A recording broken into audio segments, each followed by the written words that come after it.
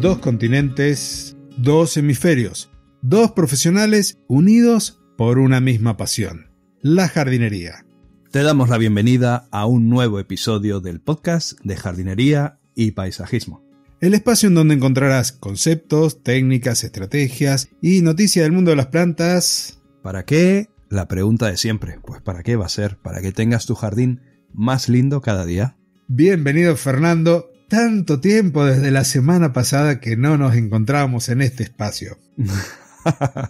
Muchísimo tiempo, Claudio. Sí, bueno, ha pasado volando, o sea que para mí es como si hubiésemos estado hablando hace 5 minutos, ¿eh? También te digo. Sí, algo así puede ser que esté ocurriendo. Vos sabés que estaba pensando también que este es el episodio de noviembre. El mes que viene vamos a tener el último episodio de la 5ª temporada y cerramos el 5º año de podcast en colaboración. Ya en enero, 6ª temporada. Parece mentira. No me lo digas, Claudio, no me lo digas. Me alegro un montón, porque eso es un éxito total, haber conseguido perseverar en el podcast durante tantos años, porque eso es lo complicado, ¿no? Seguir adelante y ser perseverante. Pero por otro lado, claro, cuando me miro al espejo y ya veo que empiezan a aparecer canitas, no me hace ninguna gracia. Habrás visto que hace un par de semanas actualicé también la imagen del podcast, en donde ya figuro con esta incipiente barba que me he dejado después de tantos años. Después de viejo artista, dicen, ahí se me notan más las canas hasta en la barba, pero es así, parece mentira, éramos tan chicos cuando empezamos. Bueno, pero más allá de eso, hoy continuamos analizando 2 clases más de nuestra flamante academia Jardín GPT y que corresponden a 2 cursos quizás de los más lindos o de los más interesantes en este momento para nosotros. Por lo menos para mí el episodio que yo elegí me gusta mucho porque está relacionado con la cero jardinería y el tuyo con la salud de las plantas. Sí, 2 temas importantísimos, salud y cero jardinería, y más en los tiempos que corren con las sequías tan grandes que tenemos. Pues mira, vamos a empezar escuchando la primera de las clases que desarrolla conceptos sobre las defensas de las plantas. O sea, esas defensas que las plantas tienen ellas mismas, sin que nosotros aportemos nada extra, para defenderse de las plagas. Este es un episodio de un módulo, de un amplio curso muy extenso que se está creando y que va progresando día a día, mes a mes, que engloba todo el conjunto de las plagas que afectan a las plantas. El título es ¿Cómo se defienden las plantas contra las plagas de insectos? Y dile por favor a nuestro profesor virtual, nuestra profesora, que nos dé la clase. ¿Cómo se defienden las plantas contra las plagas de insectos? Vamos a hablar sobre cómo las plantas se defienden contra las plagas de insectos. Cuando los insectos comen plantas, pueden afectar negativamente su crecimiento y desarrollo. Sin embargo, las plantas no son víctimas indefensas, sino que tienen mecanismos de defensa para combatir estas plagas. Una forma en que las plantas se defienden es produciendo compuestos tóxicos o proteínas que pueden detener o reducir el ataque de los insectos. Esta respuesta inmunológica comienza cuando la planta reconoce las secreciones bucales de los insectos y los daños que causan a nivel celular. A través de una serie de procesos, la planta puede aumentar su resistencia contra los insectos. Es importante tener en cuenta que los insectos herbívoros y las plantas tienen una relación intrincada. Los insectos dependen de las plantas para sobrevivir, y muchas plantas dependen de los insectos para procesos importantes como la polinización. Esta relación se llama coevolución, lo que significa que los insectos y las plantas han evolucionado juntos con el tiempo. Como resultado, las plantas pueden tolerar el ataque de los insectos, y los insectos pueden seguir alimentándose de las plantas a pesar de sus mecanismos de defensa. Para resumir, las plantas tienen mecanismos de defensa contra las plagas de insectos, incluyendo la producción de compuestos tóxicos y proteínas. Además, los insectos y las plantas tienen una relación coevolutiva en la que ambos han evolucionado para adaptarse a la presencia del otro. Veamos, plantas e insectos, insectos y plantas llevan miles de años en el planeta y la jardinería y los jardineros no llevan miles de años en el planeta, al menos ejerciéndose la profesión de la jardinería tal y como la conocemos hoy. Y sin embargo nunca ha habido ningún problema. Plantas e insectos se han entendido. han colaborado, como nos dice Lucía, forman parte de un equilibrio.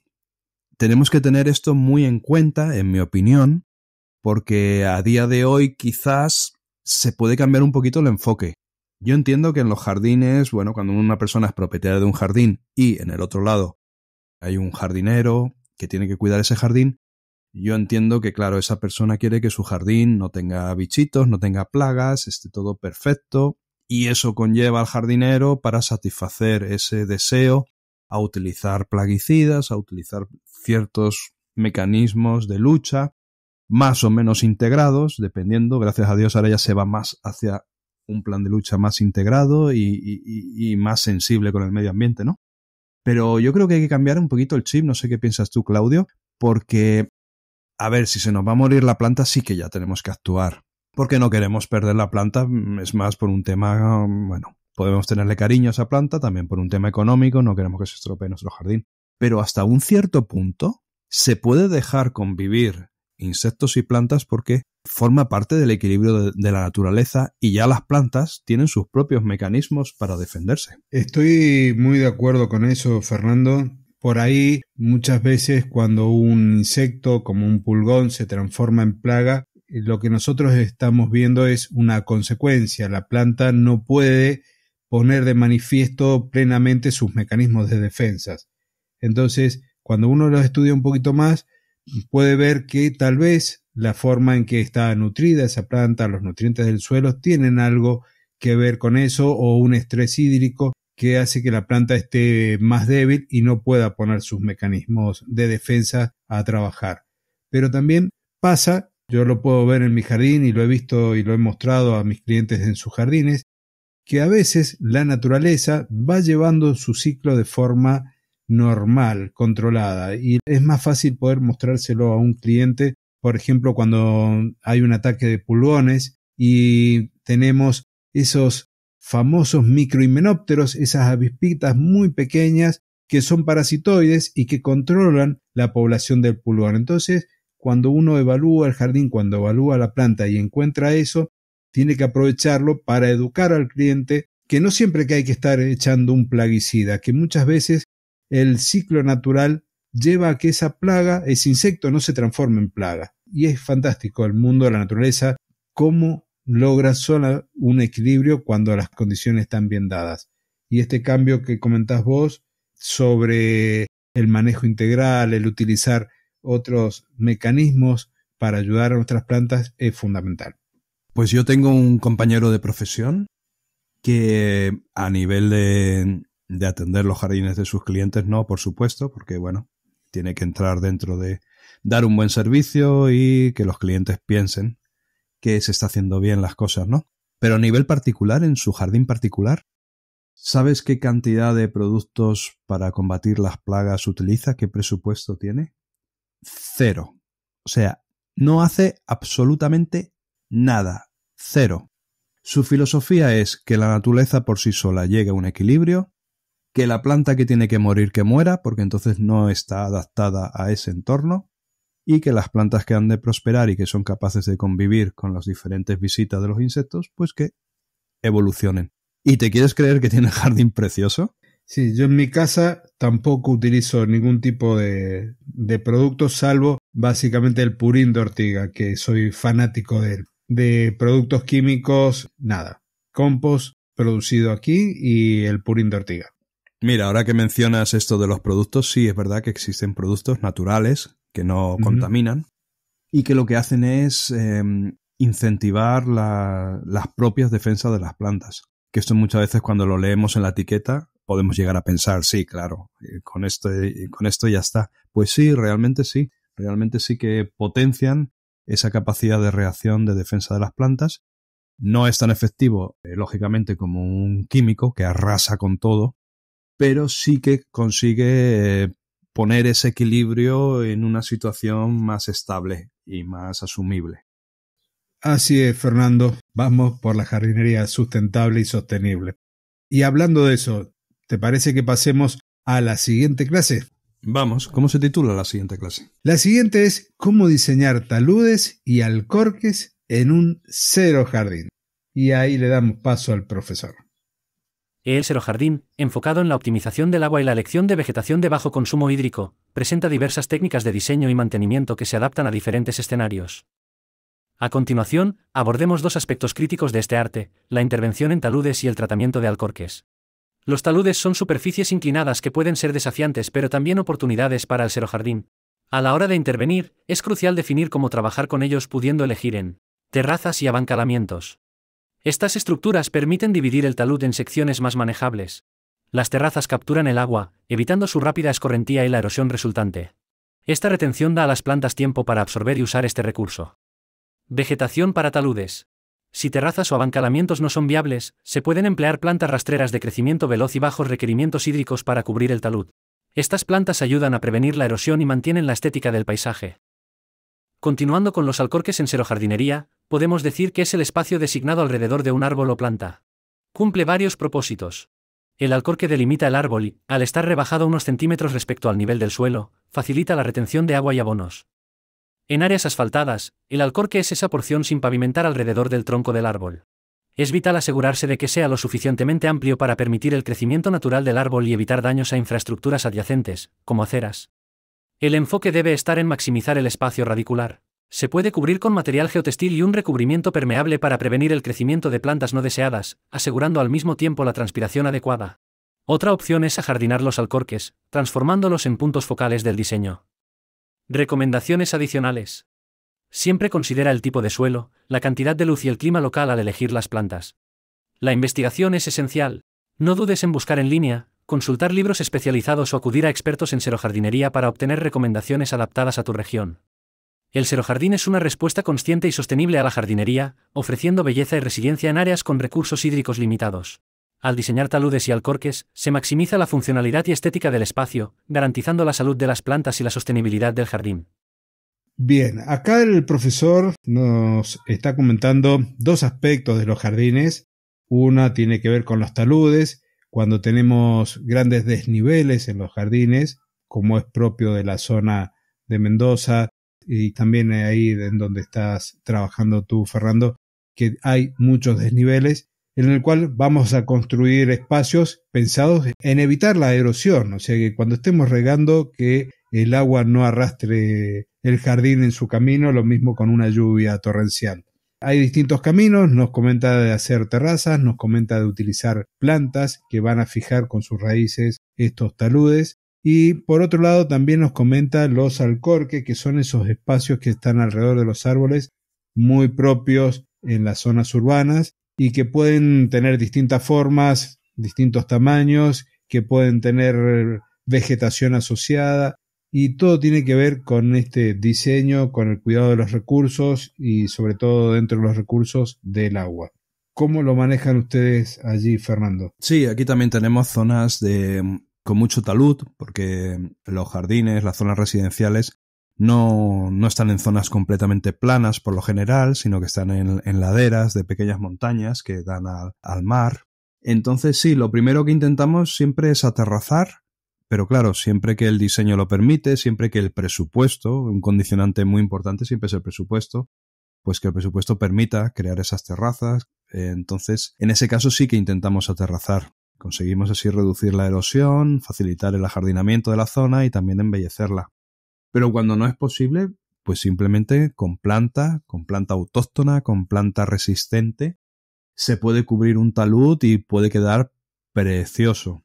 Además, hay la planta estrella que yo considero, al menos aquí en nuestra zona, para una persona que no se quiera complicar la vida. Un talud lo puede plantar de romero rastrero, no el romero officinalis, no el romero que crece en altura, sino el romero rastrero, el romero colgante. Y aquí lo único que hay que tener en cuenta, la única habilidad, el único truquillo, es que conviene podarlos como si fuera un seto, con un cortasetos o con unas tijeras de podar, podarlos a menudo, 1 o 2 veces al año, para mantenerlos, ¿cómo explicarlo?, cerquita del suelo, mantenerlos chiquititos, planos, como crear una masa verde, como vamos a decir, un césped de romero. De esta forma va a quedar precioso. Si no los podamos, lo que pasa es que van a ir cogiendo altura y al cabo de 5 o 6 años, ese romero pequeñito, precioso que cubría el suelo, pues se convierte en un arbusto que puede llegar a 1 metro de altura. Y claro, cuando se llega a ese punto ya no hay vuelta atrás, ¿no? Ya si luego se podan, ya son demasiado viejos y se estropean. O sea que si los podamos, va a quedar un talud precioso. Digo esta planta por asegurar el tiro, por ir a una ultra resistente y súper autóctona. Pero bueno, tenemos muchísimas otras. Sí, yo me imaginaba, cuando dijiste una planta recomendada, yo pensé romero rastrero, es una también de mis preferidas. Una recomendación que tiene que ver cuando esas pendientes son un poquito más pronunciadas, es el de ayudarnos con otros tipos de soportes. Yo he visto algunos de tus trabajos, Fernando, acá no se consiguen con facilidad, pero usar las redes de fibra de coco como para ayudar también a contener ese talud mientras el romero va creciendo, y además, como estamos cuidando en un cero jardín el agua, colocar líneas de riego por goteo. ¿Cuál es tu experiencia con estas redes de coco? ¿Es algo imposible de acceder? ¿Cómo son los costos de un jardín que en lugar de aterrazar se termina trabajando de esta forma? Bueno, siempre estamos limitados por el presupuesto, ¿no? Hay muchas veces que hay que competir por precio y entonces hay que empezar a recortar. Y entonces no recortas en la red de coco. Pero cuando se le explica al cliente la necesidad de evitar la erosión, sobre todo en los primeros años, hasta que las plantas ya se establecen y el entramado de raíces ya consigue mantener las tierras, cuando el cliente lo entiende y tiene presupuesto para acometerlo, realmente tampoco es que sea muy caro.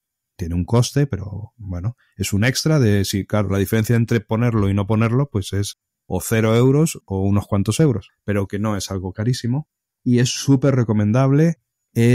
Al ser fibra de coco, es biodegradable. Va a depender del grosor, hay varios grosores, hay de 400 gramos, el metro cuadrado, de 700, de 900. ¿Qué significa esta diferencia de grosores? Simplemente que van a tardar más tiempo en descomponerse, más tiempo en biodegradarse. ¿Por qué se biodegradan? Porque ya dentro de unos años las plantas que se han plantado dentro de esa red de coco van a ser las encargadas de aguantar las tierras y en principio la red de coco ya no se necesita. Y también se pone biodegradable pues para no contaminar el terreno con plásticos o con metales, con mallazos metálicos o cosas similares. Pero es súper recomendable. Tengo en el canal de YouTube un vídeo donde explico cómo se coloca. Es muy sencillo. El único secreto no tiene nada que ver con la red de coco. El secreto es rastrillar bien el talud, que quede el talud bien rastrilladito y ya está. El resto colocarla es como poner una alfombra y anclarla con grapas metálicas. Y por supuesto, si se le añade una línea de riego por goteo, muchísimo mejor, ¿no? Las plantas, yo siempre digo que hasta un cactus necesita riego. Que si pones un cactus y no le pones riego, es cierto que no se muere, pero pobrecito es que no crece en comparación con uno que tiene riego, pues crece 10 veces menos o 15 veces menos. También te quería comentar, Claudio, que ahora se está intentando introducir una no sé cómo llamarlo, una corriente, una costumbre, cambiando ya de tema, pasando de taludes a alcorques, introducir en los alcorques de los árboles, en las ciudades, en todas partes, en los pueblos, en las localidades, se está intentando introducir la plantación en el alcorque de hierba silvestre. Y no solo porque algunas de ellas aportan nitrógeno al árbol, sino porque hospedan insectos beneficiosos. Se estudian esas hierbas que sean las adecuadas para hospedar, para atraer a ciertos insectos beneficiosos que luego son los que se van a ocupar de controlar las plagas que tienen los árboles. Y me parece súper interesante. Me parece un acierto muy grande y lo mismo que en algunos lugares se está empezando a hacer, lo he visto en Chile, de ajardinar espacios baldíos o algunos sectores que corresponden a los distintos municipios o alcaldías con toda vegetación nativa, generando esto que decís vos, un lugar para los insectos benéficos, pero también como un corredor biológico para que puedan ser utilizados por aves y por insectos que son propios del lugar, endémicos, asegurándole parte de ese territorio o devolviéndole parte de ese territorio que la misma ciudad le fue quitando. Me parece fantástica esas medidas de recurrir a jardinar con plantas nativas. Bueno, pues aunque sé que a ti te sabe fatal, porque a mí también me sabe fatal, y ya lo hemos comentado, que se nos pasa siempre volando la grabación de estos podcasts en colaboración. Hemos llegado al final del episodio porque tampoco queremos hacerlo demasiado largo. Episodio, ojo al dato, número 271. Y solo nos queda despedirnos, por lo que ya empiezo yo. Si me pudieras ver ahora, estoy gesticulando, dando abrazos, fuertes abrazos a todos los oyentes. Lástima que esto no se pueda transmitir a través de un micro, pero ahí van esos fuertes abrazos, esos muy buenos deseos para todo lo que concierne nuestras vidas, en todos los ámbitos, laboral, familiar, económico, pero sobre todo, y más importante, en el que a nosotros nos atañe, en el mundo verde, que es de lo que aquí hablamos y de lo que tenemos todos que disfrutar. Un saludo muy grande y nos escucharemos, mejor dicho, en el próximo episodio en colaboración. Querido oyente, un nuevo episodio en colaboración con Fernando. Me queda nada más que agradecerte la compañía. También te recuerdo que podés visitar el canal de YouTube de Fernando, donde vas a encontrar estos videos, tanto el de Personal Garden Shopper como el de Mediterránea Verde, su empresa de jardinería y de paisajismo. Nosotros nos vamos a encontrar la semana que viene en una nueva edición, un nuevo episodio del mes de diciembre, el último mes del año. Muchas gracias por estar aquí, por recomendar, por compartir el episodio y hemos llegado nada más y nada menos que a la despedida. 2 continentes, 2 hemisferios, 2 profesionales unidos por una misma pasión: la jardinería. Hasta el próximo jueves. Adiós. Adiós.